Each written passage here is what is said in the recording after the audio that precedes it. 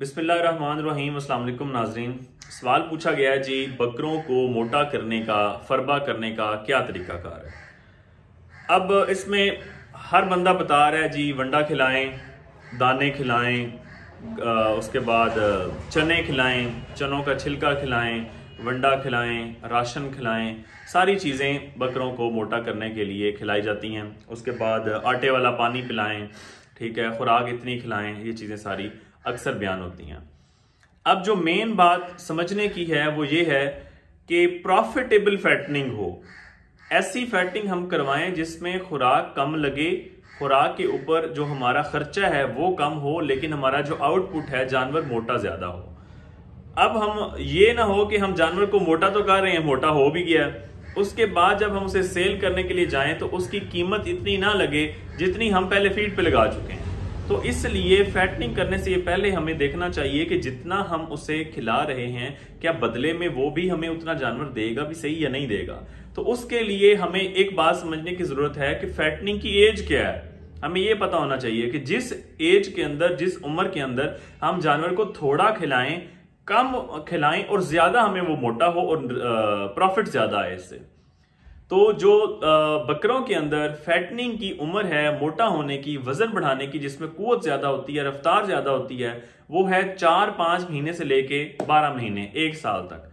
तो ये जो उम्र है इसमें ये अपनी ग्रोइंग स्टेज है। जानवर बहुत जल्दी अपना वजन बढ़ाता है अगर उसे मुतवाजन खुराक दी जाए।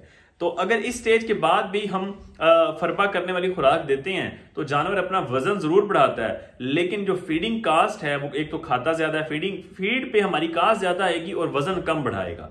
लेकिन इससे पहले जो 4 से लेकर 12 महीने तक की उम्र है इसमें जानवर खुराक कम खाता है और वो लगती ज्यादा है, अपना वजन वो ज्यादा बढ़ाता है।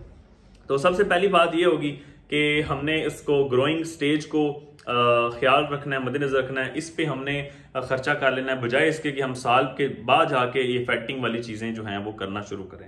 उसके बाद दूसरे नंबर पे बात करते हैं कि जानवर को मोटा करने के लिए किस चीज की ज्यादा जरूरत होती है।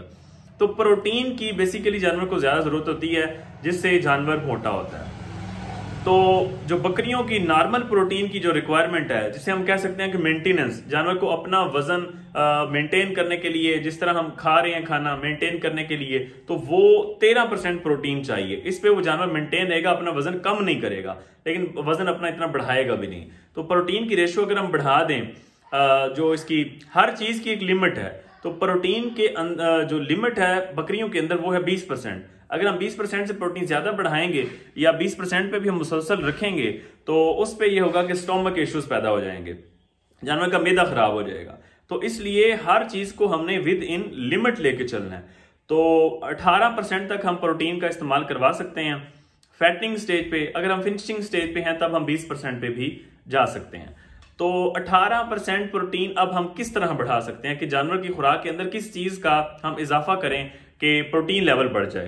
तो उसके लिए हम जो जितनी भी खल आती हैं, खल तोरिया हो गया, खल सरसों हो गया, खल बनोला हो गया, तो ये जो खलें हैं इनका इस्तेमाल अगर हम ज्यादा करवाएंगे। अच्छा, इनके अंदर भी आगे फिर लिमिट्स हैं कि कौन सी खल की अपर लिमिट्स कितनी है, लोअर लिमिट्स कितनी है। तो आप एवरेज अगर कुल मिला लें तो अगर हम खुराक का तकरीबन 12 से लेके 15% अगर हम सारी खलें मिक्स भी कर लें, या कोई एक खल भी हम जिसका इस्तेमाल करें, तो 10 से 12% हम किसी एक खल का इस्तेमाल करें। अगर हम 100% का फार्मूला बना रहे हैं वंडा का या राशन का, तो तकरीबन 10 से 12% किसी एक प्रोटीन का, जैसे खल बनोला इसका 10 से 12% इस्तेमाल करवा लें, खल सरसों का 10 से 12% अगर एक का इस्तेमाल करवा रहे हैं। अगर 2-3 का इस्तेमाल करवा रहे हैं तो टोटल जो खल है वो हमारी तकरीबन 12, 13 या 15% मैक्सिमम हम इसे इस्तेमाल करवाएं। इससे जो मैदे के बाकी इश्यूज हैं वो पैदा नहीं होंगे, क्योंकि एक चीज की जो लिमिट है, एक चीज एक हद तक तो फायदा देगी लेकिन उसके बाद वो नुकसान देना शुरू कर देती है। तो हमने मैक्सिमम फायदा लेना, ना कि हम नुकसान की तरफ पहुंचे। तो मेन मकसद हो गया कि हमने जब फैटनिंग करवानी है जिस जानवर को, तो हम उसमें खल का इस्तेमाल ज्यादा कर देंगे। अब बात कर लेते हैं कि एक तो बात की ग्रोइंग स्टेज का होना जरूरी है, दूसरा जानवर का सेहतमंद होना जरूरी है, सेहतमंद मैदे का होना जरूरी है।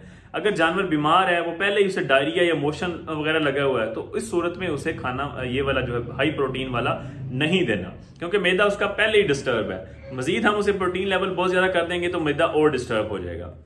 उसके बाद एक तो हो गया ग्रोइंग स्टेज को होना जरूरी, दूसरा जानवर का सेहतमंद होना जरूरी है, तीसरा ये है कि जानवर में डाइजेस्टिबिलिटी जो पावर है उसको बढ़ाने के लिए हम कुछ चीज़ों का इस्तेमाल करेंगे। उसमें हम मीठे सोडे का इस्तेमाल कर सकते हैं क्योंकि एसिडिटी से बचने के लिए।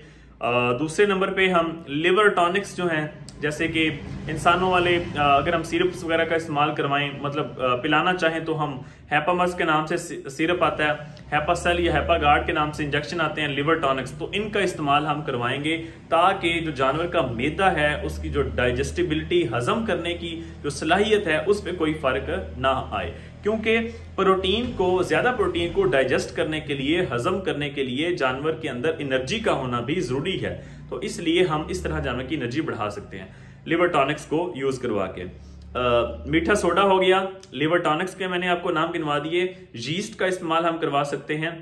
यीस्ट में आमतौर पे हम दही का इस्तेमाल बहुत बेहतरीन है, जो नेचुरल यीस्ट है उनमें आती है ये, तो इसका इस्तेमाल भी हम करवा सकते हैं। तो ये वो होगी सारी चीजें जो पॉइंट्स। बाकी चीजें तो आपको पता है कि आप गंदम का इस्तेमाल भी करवा सकते हैं, चने का इस्तेमाल, चने के छिलके का इस्तेमाल करवा सकते हैं, शीरे का इस्तेमाल करवा सकते हैं। बाकी जो फार्मूले हमने पहले भी अपने YouTube चैनल पे आप शेयर किए हुए हैं, तो आप विजिट कर सकते हैं, तो काफी फार्मूले बताए हुए हैं। तो उन चीजों में अगर फैटनिंग करवानी है तो जो प्रोटीन का लेवल है, जो खल का लेवल है, वो हम थोड़ा सा इंक्रीज कर देंगे तो हम इस तरह अपने जानवरों की फैटनिंग करवा सकते हैं। उम्मीद करता हूं कि आपको सारी बातें समझ आ गई होंगी। किसी भाई का किसी भी किस्म का कोई क्वेश्चन है तो आप कमेंट सेक्शन में पूछ सकते हैं। बहुत शुक्रिया।